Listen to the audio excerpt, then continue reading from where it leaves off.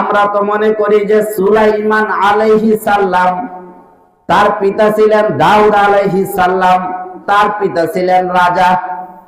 সুলাইমান আলাইহিস সালাম কি তার পিতার রাজাগিরি পাইছে?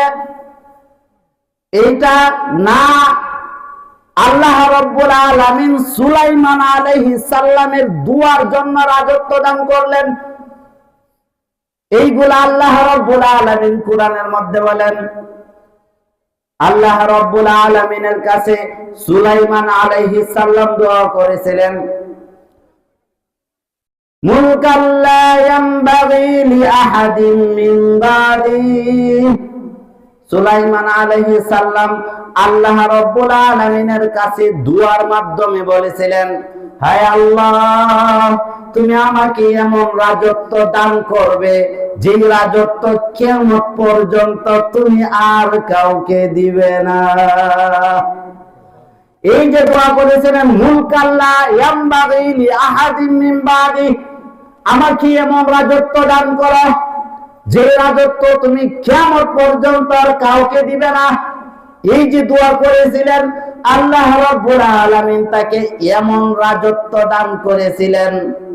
এমন রাজত্ব, কি রাজত্ব? আপনারা তো সকলেই জানেন যে জিনও তাদের আনুগত্য ছিল, জিনের কথাও বুঝতে পারত, গর্তের পিপিলিকার কথাও বুঝতে পারত, পাখির কথাও বুঝতে পারত। সবগুলা আল্লাহ রাব্বুল আলামিন কোরআনের মধ্যে দিয়ে দিয়েছেন।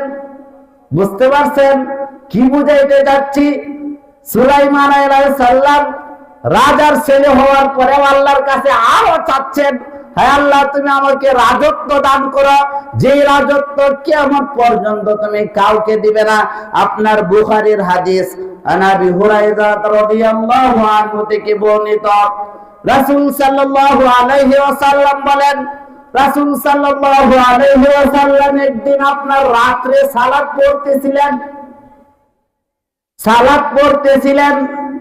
সেই সময় এক আপনার অবাধ্য জিন, খবিস জিন, খারাপ জিন রাসূল সাল্লাল্লাহু আলাইহি ওয়াসাল্লামের সালাত নষ্ট করার জন্য বিরক্ত করতেছিল, যেন সালাতটাকে নষ্ট করতে পারে। তখন আল্লাহ রাব্বুল আলামিন মুহাম্মদ সাল্লাল্লাহু আলাইহি ওয়াসাল্লামকে কি করলেন? জিনের উপরে ক্ষমতা দান করলেন। জিনের উপরে ক্ষমতা দান করার পরে আল্লাহ রাসূল সাল্লাল্লাহু আলাইহি ওয়াসাল্লাম এই জিনের আপনার গলার মধ্যে ধরে ফেললেন, ধরে তাকে পাকড়াও করলেন। আল্লাহ রাসূল বলতেছেন, আমার মন চাচ্ছিল এই বদমাশ জিনটাকে মসজিদে নববীর এক পিলারের মধ্যে বেঁধে রাখি, যেন তোমরা সাহাবীদেরকে বলেন, যেন তোমরা সকালে এসে এই জিনের কি করতে পারো, জিনের সাথে, এই শয়তানের সাথে খেলাধুলা করতে পারো।